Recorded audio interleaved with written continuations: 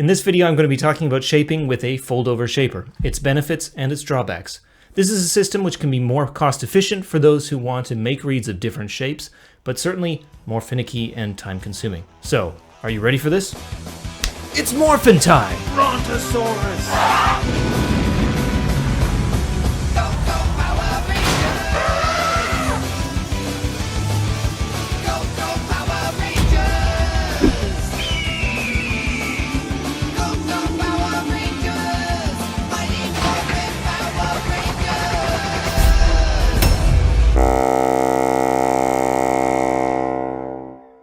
And don't forget, if you like this video and other videos on this channel, hit the subscribe button and make sure that notifications are on so that you can find your way back for the next one. Shaping cane with a fold-over shaper is very commonly done here in Europe for a number of reasons. It's cost-effective if you want to make reeds with more than one shape, as each tip costs about half the price of a straight shaper.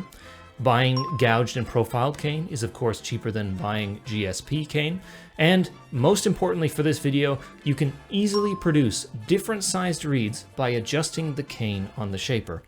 It's very common, especially so in English-speaking bassoon communities, to hear people taking a very pedantic approach when it comes to their reed making processes.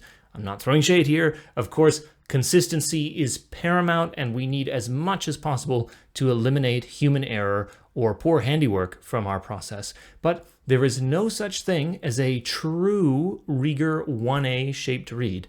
And let's get into that. Here is a Rieger 1A shaper tip.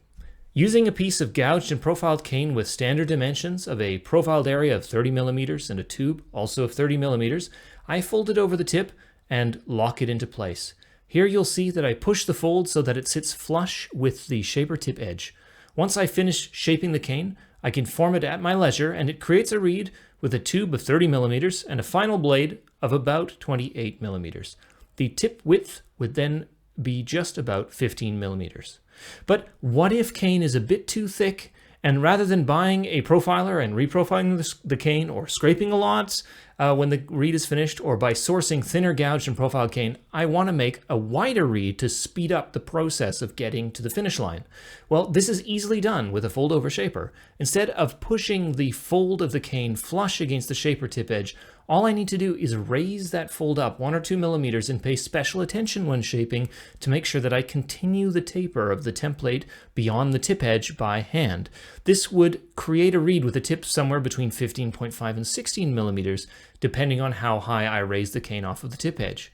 If you feel that a wider reed shaped in this style responds well to your taste but is too low in pitch, especially in the tenor register, you can counterbalance this by making a brevis. You can see my last video if you want to know more about that. So we see that there is a variety of possibilities from a fold-over shaper which we are otherwise locked out of if we were to only use a straight shaper.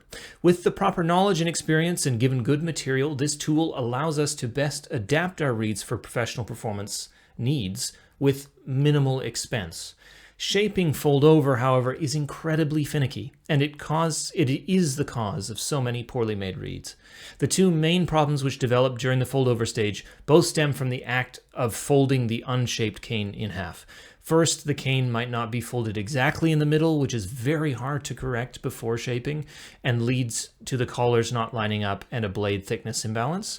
Or it might not be done exactly at 90 degrees, which really warps the tip opening of the reed, assuming you weren't horrified enough by the asymmetry of the cane to throw it out in the first place. Furthermore, it can be very difficult to perfectly center the already profiled cane on the shaper tip, which, if not done correctly, can lead to warped tip openings and blade imbalances. When shaping with a straight shaper, this doesn't occur, as the centering of the profile takes place after the shaping process and is much better eyeballed, let's say, on a profiler barrel. In general, I don't recommend for new reed makers to use fold-over shapers because of these inherent problems.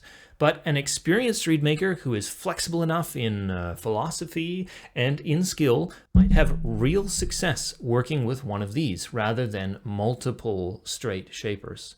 This is why there is no true Rieger 1A reed, because there are so many different dimensions of reeds which are being used in concert halls and opera houses here in Europe. all of them based on the 1A fold-over template. It's also important to accept that if you want to try the Rieger 1A shape but are used to working with a straight shaper, buying a straight version of the 1A, which now exists from numerous suppliers, will lock you in to only one of the possible dimensions which come from this template.